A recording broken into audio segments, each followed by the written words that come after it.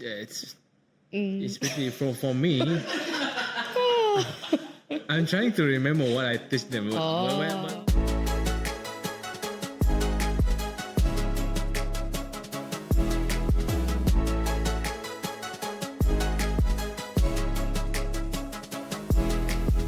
Hi guys, welcome back to another episode of Smart Talks. So if you're new here, don't forget to check out all our other episodes on YouTube and Spotify. And if you haven't catched the latest episode, don't forget to check it out. That was a very interesting episode. So I'm not gonna spoil more, just go and check it out.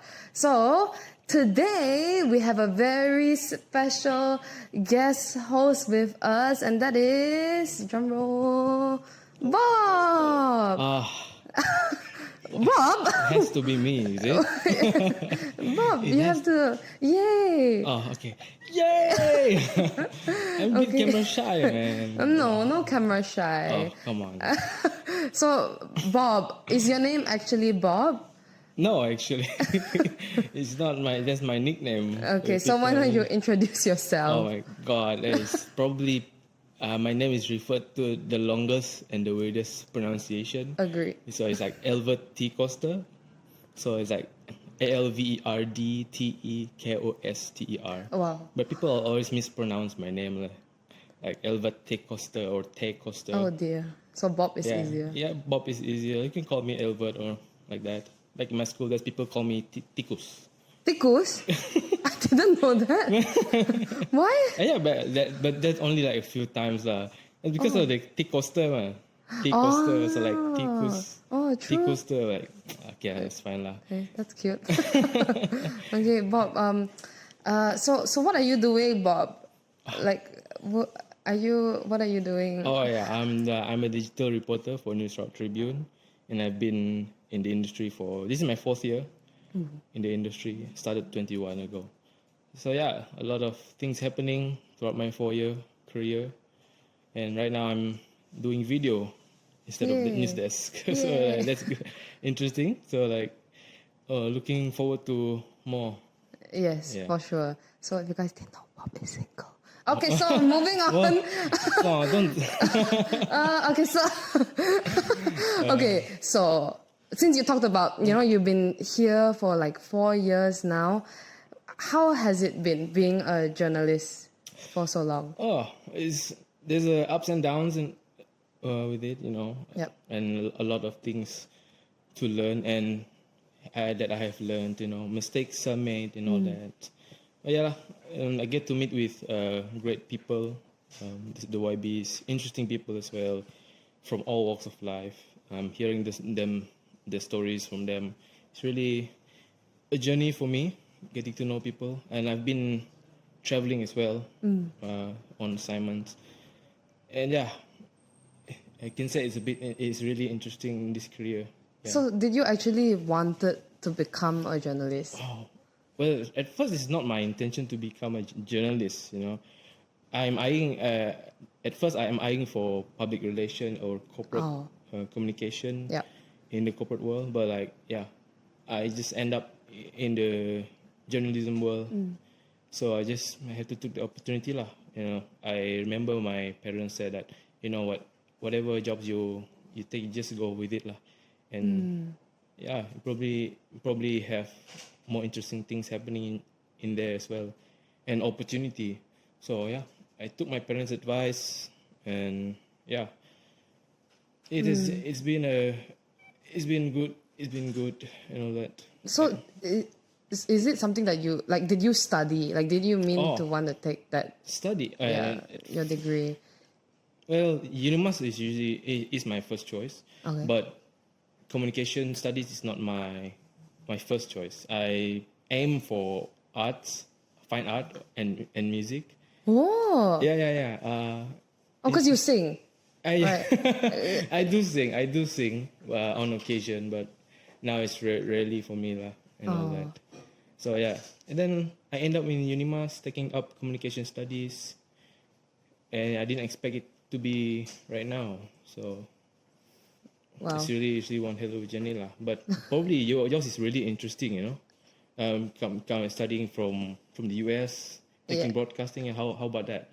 I think for me, I started off in high school when I realized I enjoyed public speaking, and then my teacher helped me to hone my skills, and then from there it was either I go into broadcasting, journalism, or it was probably like IT, something like that. And then my parents were quite supportive with whatever, and since actually, okay, there was this thing that it was my last year of high school, okay? So every year there's an annual public speaking competition. So from year 7, okay, so year 7, Form 1 until Form 5, yeah. So every year I managed to enter into the competition, but I never won, okay? I always got second place. I mean, that's good, public speaking. Yeah, it's good for sure, yeah. But then to me, it's like, come on, like, I can never get to the top. Like, I mean, basically the first. And my competitor was actually one of my very, very good friend, like my best friend. Yes. So it was like, I didn't mind not winning or whatever. But it was the last year, I was like, okay, I kind of like, I prayed lah. Then I like tell, like God, if it is your will for me to take broadcasting, then I will win this round's competition. Then I actually fumbled, like when I was on stage, I fumbled because I went overtime. It was like ding, ding, ding. That was I came down the stage and I started crying. I went into the toilet and I cried and everything. Then I was like, you know what? Like, that's it. My dreams are shattered lah. Like, then I guess I will not go into broadcasting. Yeah. But then when I came back, then they announced the winner. They were like, okay, third place, second place. I was like, wait. And then first place, then it was me. So then I was like, what? I was like, okay, fine. I take it as a sign, Divine intervention. yeah. Like a miracle. So then that's why I also choose to study broadcasting rather than going into IT. Since you've been working in this line together, I've known you that you are camera shy. Yeah, exactly. I don't really, it was during my internship with TVS when I realized that probably on camera was not really my thing. And then because of the pandemic as well, that made me a bit more like introverted, a bit more shy again. So then after that, it took quite a while for me to find myself again. But then now, being in Sarawak Tribune, being more towards behind the scenes, I realized I really enjoy that. I really enjoy just to write or to edit videos and then just let whoever reads it, that nobody sees the face, Yeah, it's all been like that. And it's been a long time for me doing writing. Yeah. Oh. Yeah, but yeah, I'm kind of working on that lah and everything. Yeah. So Bob, do you like being on camera? No. I don't like being in front of the camera. Well, then it's a big step for you. This is probably the first time I'm being in front of the camera. Yeah. I mean, I've been in front of the camera. I've been in TVS as well. Oh, okay. I have been interviewed by TVS before. Oh. Just as I went on a hike to Bangor Dam, I think in the last 2 years. Oh, I see. So you were on TV? Yeah, probably you've seen my face a few times. Wow. Okay, I didn't know that. I mean, not as a TVS working for TVS, just like regular people and all that. So. Oh, wow. That is very cool. I didn't know that. Yeah. Maybe I'll check it out. The TVS archives. Oh, it's been a long time. You wouldn't find my face anymore. You wouldn't recognize my face at all. I won't recognize your face. I think I can. But on that note, we're gonna take a quick break.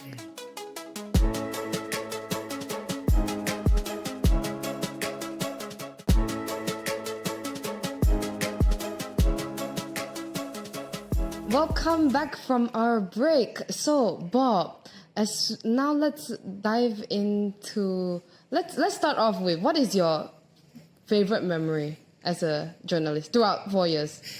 Favorite memory? I don't know where to begin. My favorite memory. I can't remember. But well, the best memory or the worst memory. Well, worst memory. Well, it was during Sukma actually. Oh. Yeah. During Sukma. This Sukma. Yes, this Sukma. Okay. It's not a good memory. It's just like it's a thing that to remind.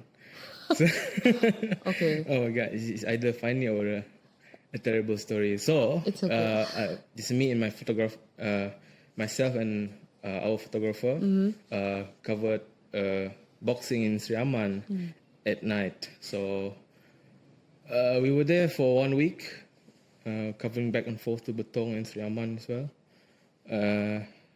I think at that night, a particular night after the boxing match was over, myself and our photographer went on to buy some food to take out to our hotel. And then as we got back into our car, he drove his car.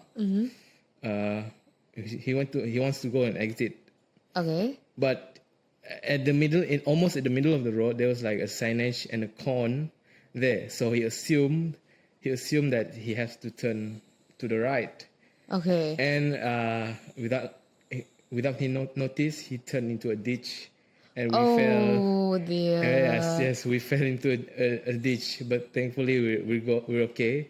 The car was a bit a bit damaged, especially the bottom.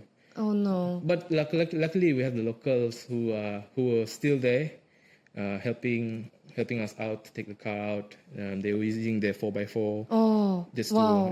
to pull the car. Yeah, out. pull the car. But unfortunately, the fuel line has been break already. Putus. I don't know. I do not know. At that time, I was like really frustrated, but also like, oh my god, I don't know what to do. I don't know what we are going to do. But yeah, some of the locals, one of the locals also helped us to, just put a temporary hose for the fuel line. That's so but thankfully nice. the car can run. Oh. But the next day, the fuel line was cut off again after we take our breakfast. We have to call Bomba because of the fuel leak. Yeah, because of the petrol. We have to call the towing to take the car to the Proton service. Thankfully, there's a Proton service there, so they have spare parts, and they completed like within 1 hour lah. Oh wow. Within an hour, they replace it, and then Wow, it's that's done. good. We're able to go home. So Wow. like it was like That is a favorite memory. you cannot. I can't. It's a memorable one. Okay, memorable. It's a memorable one too. It's a story that You can tell Yeah, I your can kids. tell. If you want to be a journalist, these are the things that. But that's the risk of being a journalist, especially when you're from Kuching and then you go traveling, especially with your own vehicle. There are risks you have to consider. Yeah. You have to think ahead what's going to happen. What if this happened? What if that happened to myself or to Oka? That a lot of things to consider. But thankfully, on that day during our time in Sri Aman, it went well. So both of us got back home safe and sound, and all that. That's good. It's true, because I think journalists, especially a lot of I guess in Kuching, in Sarawak, we're not too bad yet, but seeing bigger news channels, they send their reporters out to war scenes and whatever, and I'm like, wow, this is the role of a journalist. You have to figure out there's a lot of pros and cons in this, especially the risks that we are taking. If you see especially those in Peninsula, I met with journalists from Peninsula. Some of them are crime reporters. They told us that there's a lot of drug cases. Wow. They've covered murder and all that. Wow. And in Peninsula, they are really taking the risk, to really put their life out there. Their life out there just to get the story out. Yeah. Yeah. So to Sarawak is more, how to say, calm, chill. You can say calm, chill, not a lot of happen, but that's a good thing, I guess. Yes. I guess it's just different, I guess. It's just different, but not too exciting, but exciting as in like there's a different type, I guess, of excitement. Yeah, it's really pretty much different here. Yep, exactly. It's true. I think the journalism landscape right? I mean, as we talk about like the journalism landscape in Sarawak, I think there are many things that I think we have done. I mean, we are trying to do, and I think it's quite good. Like going more into online, social media, trying to do things like more photojournalism or more even video journalism. I don't know if there's a term for that. Yeah. Social media, we can access it a lot at the tip of our finger. Yes, exactly. So everything has been digitalized and everyone has access to it. So it's easy for every news company to reach out to the people, and people can have access to all of it. So it's really, really changed how people are being informed. Yep. You know. Yep. Yeah. Exactly. And here, a lot of people have their hands on digital equipment. So it's not too bad. It's not too bad. No. Yeah. I mean, it's not too bad as in like at least there are people because since we're moving more into the digitalized world, at least most people have a phone, so they can read the news through their phone and they don't have to wait for the next day to read it on the newspaper. True. So what do you think it's your opinion on like what are some things that you think we can improve on? Since being like in the journalism landscape in Sarawak, since you've been here for like 4 years already, what do you think is something?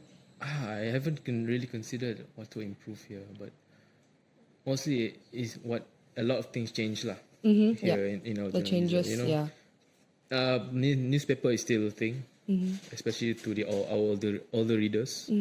But a lot that will be phased out probably in the future. So that will change eventually. And in terms of journalism in our line, we have to utilize what we have and take advantage of using sophisticated technology to disseminate information. Because there are a lot of people, like I said, a lot of people have access to everything right now, right? And I think for me that will change the game in journalism for the future. For the future. Yeah. I agree. I think for me, one thing that personally I think to improve, at least in Sarawak, I think something I guess is more like course. We need more training. I think as journalists, we need more training. We need more, since like you mentioned in Peninsula, the journalists there, they really get the chance to be exposed to so many things. Yes. But I think because coming from a smaller place, I mean, because we're a state, right? So we may not be exposed to as many things compared to those in Peninsula. Yeah, compared to them, we don't have a lot of opportunities. It's like, I think I scrolled across Twitter or some media friends from there. They also like attend, have a day with the military. Their program Hari Media with the Kementerian Pertahanan. So they have the opportunity to to feel what it's like to be in the military and all that. And here as well we have opportunities as well, like especially when Sarawak has a lot of good things here, like tourism. We have a lot of opportunities to explore what Sarawak has as a tourism product. So it's just that here maybe probably limited opportunity, but if you go to Peninsula, there's a lot of opportunities there. However, there are also pros and cons. We have risk you have to think about, and a lot of things lah. Yes, that's true. That's true. Yeah. So I think with that said, we're going to be right back after our short break.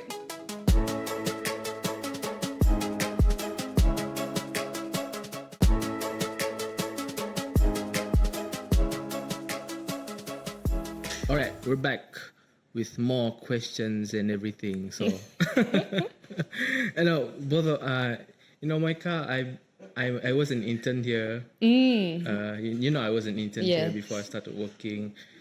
And we have a lot of experience. You have a lot of experience as well in TVS. Why not tell us about your experience as an intern there? Okay.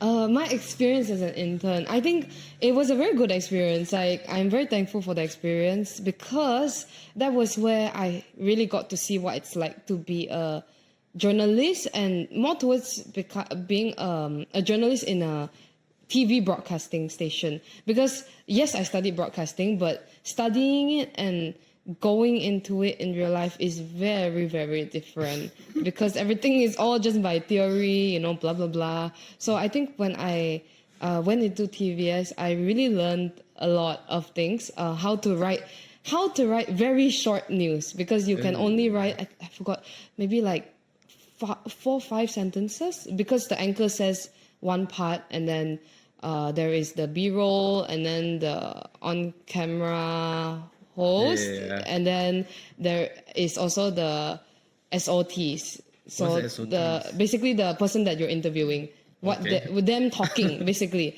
So okay, I forgot what it stands for. Sound on tape. Yes, sound on tape. Sorry. Yes, sound on tape. Come on.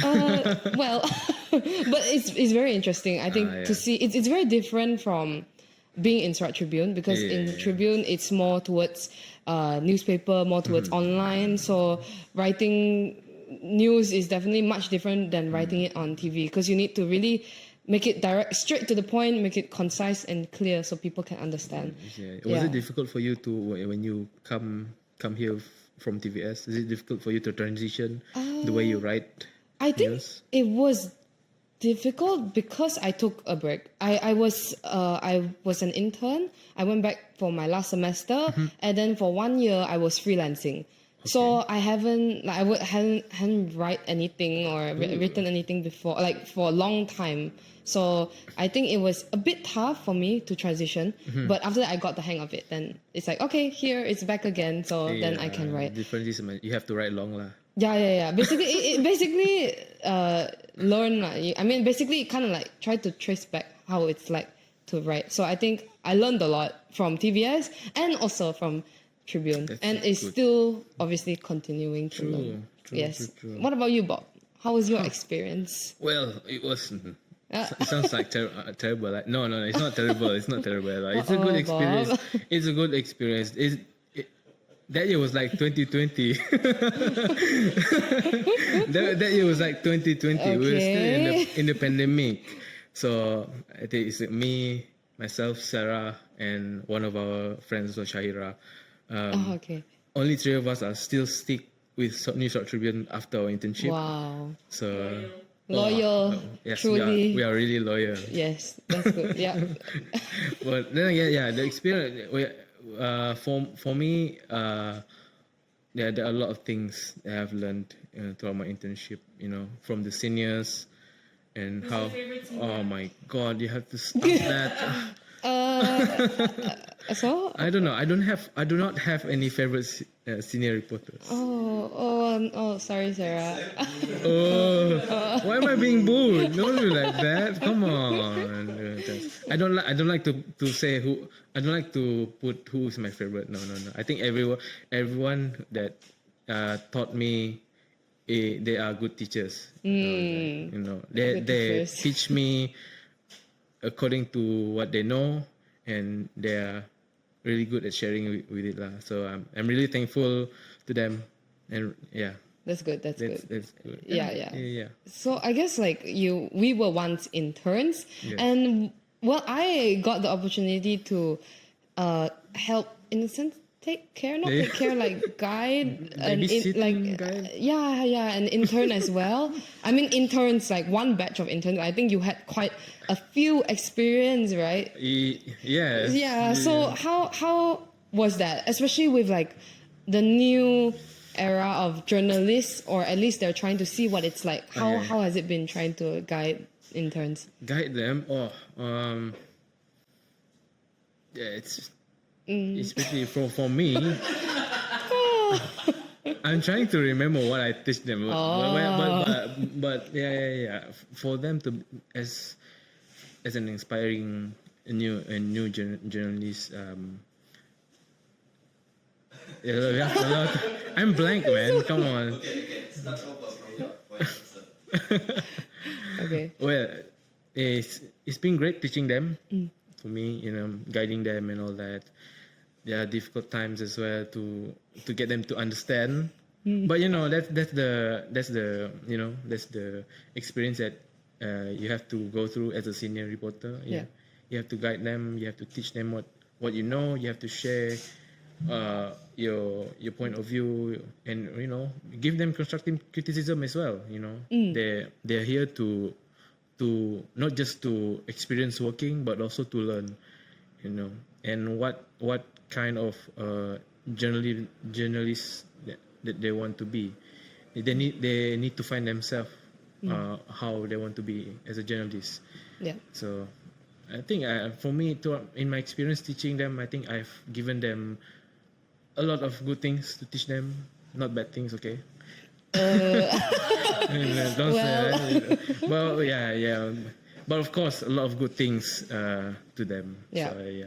That's good. And you also, is this your first time?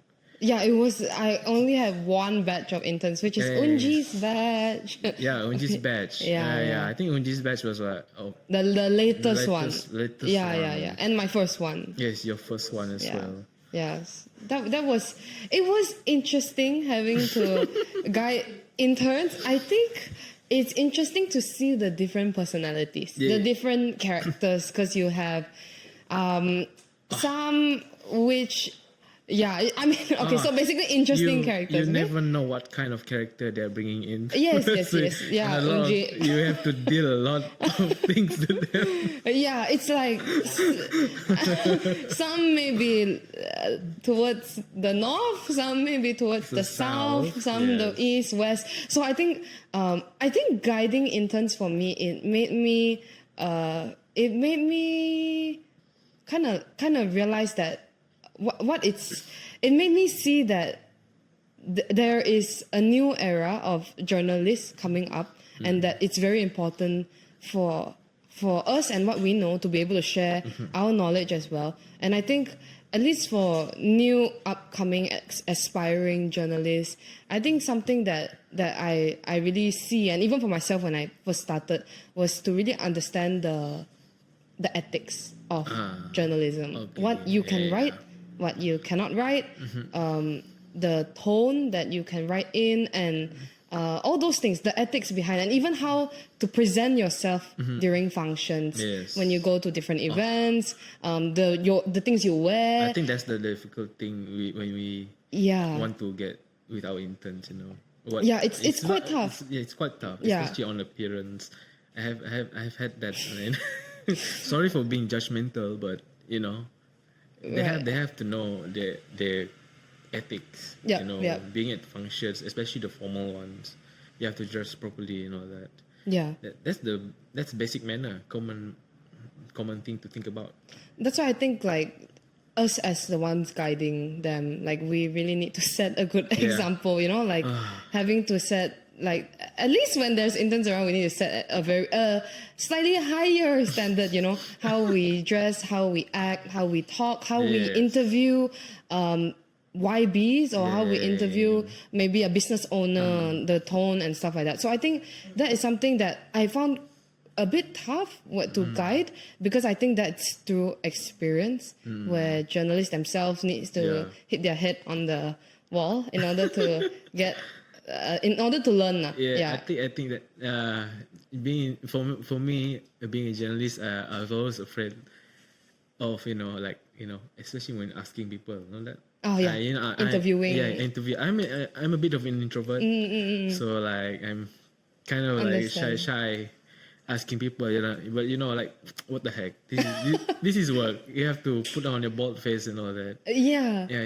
So, it's true. You learn. You basically learn. You basically learn along the way, and much appreciated to the work that the seniors and everything that I've been put through. Yeah. So that's true. I think that's a good thing. I hope that in our future, the new generation of journalists will do better than us. And they have a lot of things at hand right now. They have technology. They are really tech savvy. And they have a lot of good things to do. A lot of trends. They know a lot of trends as well. Some of them are not camera shy. They can be a personality, an influencer, and all that. Exactly. So there's an opportunity there. Yes, that's why to all journalists out there, or at least aspiring journalists, I think just give it a shot. Yeah, I think sometimes like, especially, I guess in an Asian context, sometimes we kind of get more persecuted in this line of work since it's more towards the arts, not really on the sciences, or not really becoming a doctor or lawyer or engineer, blah, blah, blah, all those jobs. So I think at least for those who are interested, you know, even things like content creation or writing, yes, exactly. It's something that I think those who aspire to be journalists, or at least have this interest, they should give it a shot. Give journalism a shot. Give journalism a shot. You never know. It's something. It's people need someone to inform them of something. Yes. It's a fast-paced and also a very fun, and every day you have something different, you learn something different. So I think that's the perks, really the perks that I think nowhere else can give you that. Definitely nowhere else. You can only find it through journalism, and that's it. Yes, exactly. So I think with that said, we want to thank you guys for tuning in to today's episode. Don't forget to subscribe, click the notification bell, ding ding, so you know when we have new episodes. Ding, ding. So Bob, any last words to our audience? No last word. Thank you for having me. That's all. All right. See you guys. Bye. Bye-bye.